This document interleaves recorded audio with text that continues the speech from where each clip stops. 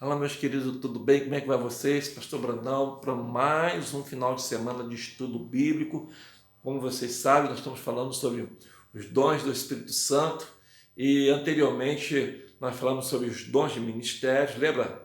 Dos 5 dons de ministério. Depois nós falamos de vários dons de serviço, aqueles dons práticos que todo o corpo de Cristo Jesus, todo crente na igreja pode exercer. E agora nós vamos falar de dons de sinais. Isso, dons de sinais, que são o dom de cura, o dom de falar línguas estranhas, ou variedade de línguas, e o terceiro, que é o dom de milagres. Irmãos, é interessante que, para iniciar, falarmos que quando vai raiar o dia, um filete de claridade, de luz, ele aparece. Quando aparece, isso é um sinal que o dia vai raiar, né? Que vai clarear, e é um sinal que teremos mais um dia da parte de Deus. Não é verdade? É interessante, e também nós também entendemos que quando um crente recebe de Deus os dons de sinais, a capacidade de Deus para exercer o dom de cura, de milagre e de variedade de línguas, deve ter como objetivo único de se analisar o poder do Senhor por meio dos feitos realizados daquela pessoa que é maior que a claridade que está produzindo a luz. A Bíblia diz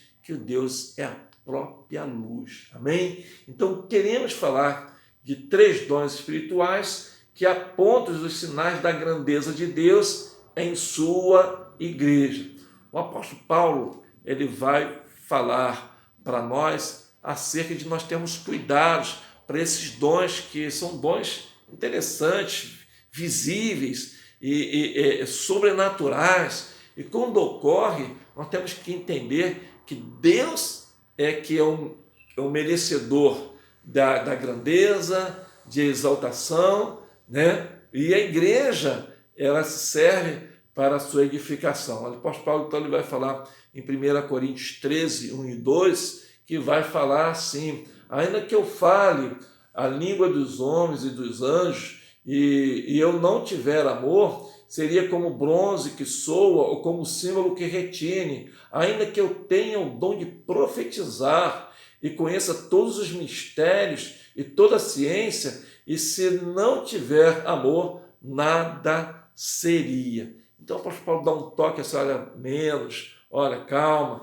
E o João Batista, né, primo de Jesus, que abriu o caminho para Jesus começar o seu ministério, ele fala assim em João 3,30, olha, é necessário que ele, Jesus, cresça e que eu diminua. Então, esses 2 conselhos, tanto do apóstolo Paulo como de João Batista, servem para nós hoje, quando Deus dá o privilégio de nós estudarmos e exercermos esses ministérios, esses dons, né, que recebemos e sobrenaturais. E então a igreja precisa entender que Deus é o Senhor de toda essa grandeza. Amém? Então o dom de cura é um destes dons de sinais, exercido para restituir ou conceder a saúde física, emocional e espiritual de uma pessoa pelo poder do Senhor. Não é da pessoa, não,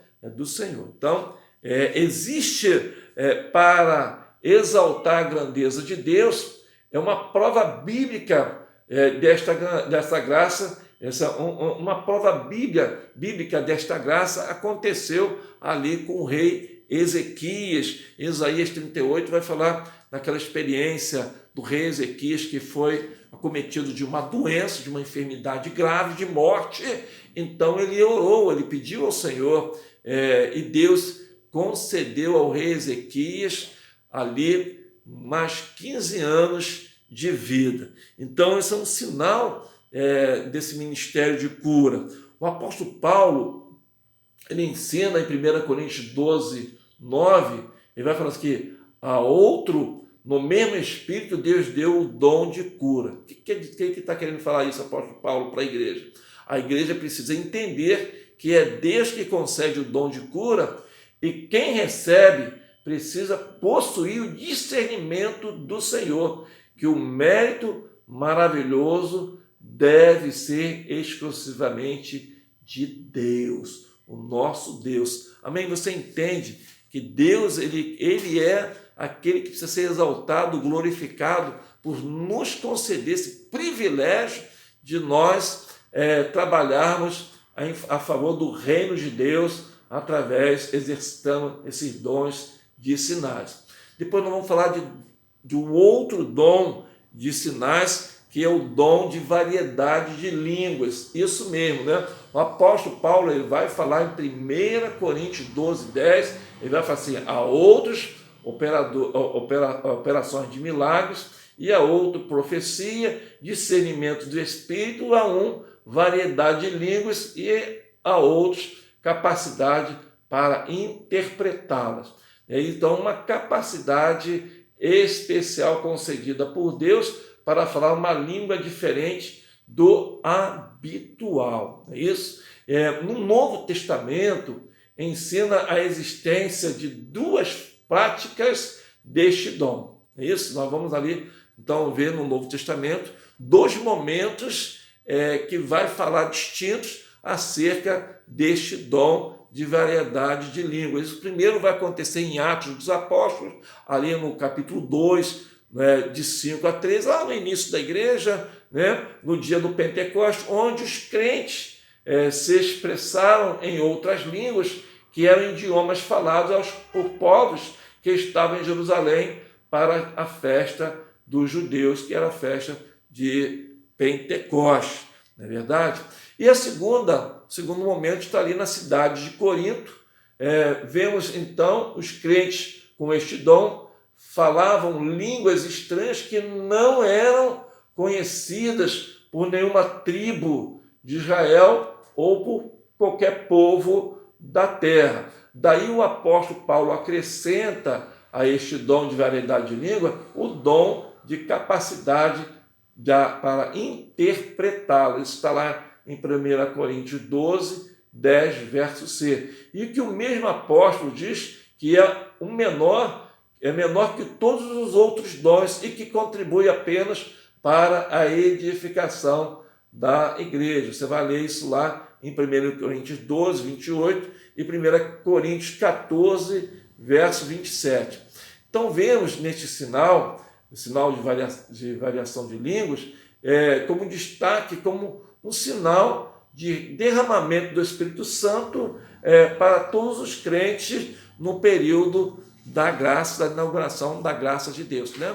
O derramamento do Espírito Santo, né? Então ele vem para ficar entre nós. E o terceiro é um sinal de milagre, também outro dom muito especial, que o apóstolo Paulo também vai falar em 1 Coríntios 12, 10, diz que a uns Deus deu operações de milagres, e aí também registrado também no versos 28 e 29 de 1 Coríntios 12.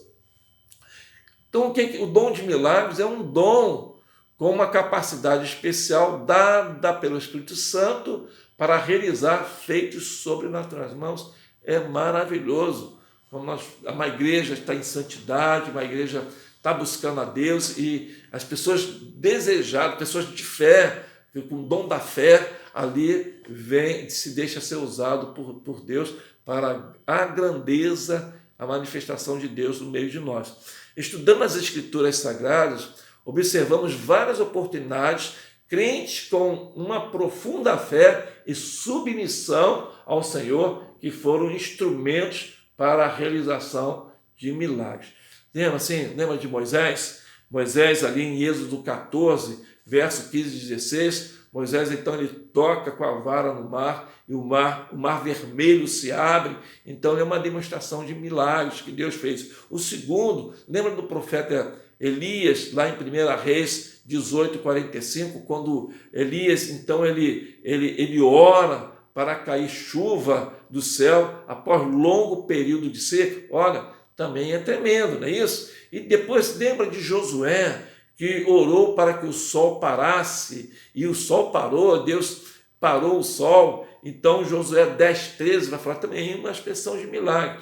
E você vai lembrar da igreja primitiva, que durante um culto de oração, estava orando ali e pedindo a Deus pela libertação de Pedro, e Pedro então foi liberto da prisão, Atos 12. Então, um dom que também serve para a edificação da igreja e suprimento para os filhos de Deus. Irmãos, que Deus abençoe você, que você, se você tem esse dom, se você está pedindo esse dom, irmãos, se submete a Deus, seja humilde a Deus, busque a Deus de todo o coração, sirva a Deus, mas saiba que é para a grandeza, para a exaltação do nosso Deus. Que Deus abençoe você, que você esteja bem com o Senhor, que você busque o Senhor, busque o Senhor os dons e exercite esses dons para a edificação da igreja e para a exaltação e grandeza do nosso Deus.